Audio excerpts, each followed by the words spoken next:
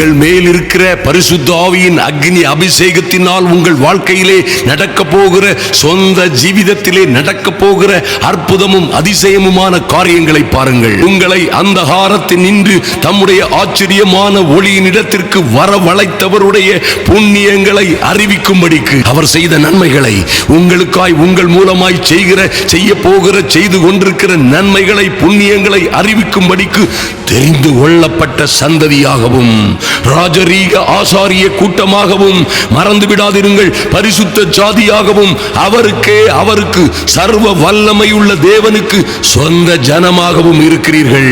என் அன்பு சகோதர சகோதரிகளே, இந்த ராஜரீக அபிஷேகம் உங்கள் வாழ்க்கையிலே மகிமையும் மகத்துவமுமான காரியங்களை செய்யும். நீங்கள் ராஜாதி ராஜாவோடு இருக்கிற ராஜாக்களும் ஆசாரியர்களுமாய் இந்த பூமியிலே சகலத்தையும் கீழ்ப்படுத்தி ஆண்டு கொள்ளுவீர்கள்.